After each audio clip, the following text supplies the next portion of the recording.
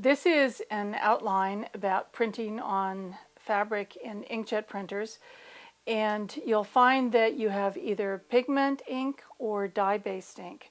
If you have pigment ink, you can print on any fiber, and all you have to do is wash it to remove any sizing they put in the fabric, and you don't need any special pre-treatment.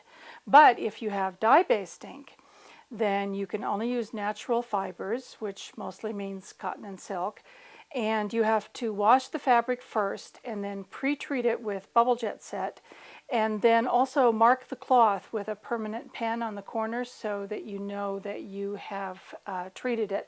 However, if you have dye-based ink, you have another option. You can purchase sheets of pre-treated fabric that have already been adhered to backing paper and are ready to print, and that's your commercial option, whereas what I'm going to show you are the do-it-yourself options for pigment ink and for dye-based ink. With the do-it-yourself option, you are now going to iron your fabric, either plain fabric that you've just washed or the fabric that you have treated with bubble jet set. You're going to iron it onto freezer paper and trim it so that you can send it through the printer.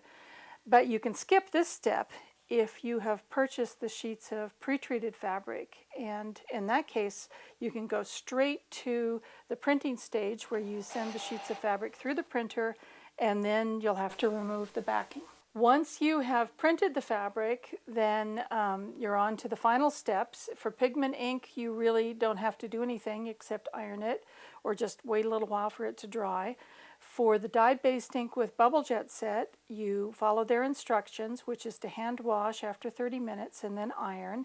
For the dye-based ink that you have purchased, a commercial fabric put on backing, all you have to do is follow their directions, and that usually involves rinsing, but the different manufacturers have different instructions, and then iron it, and then the fabric is ready to use in your quilt.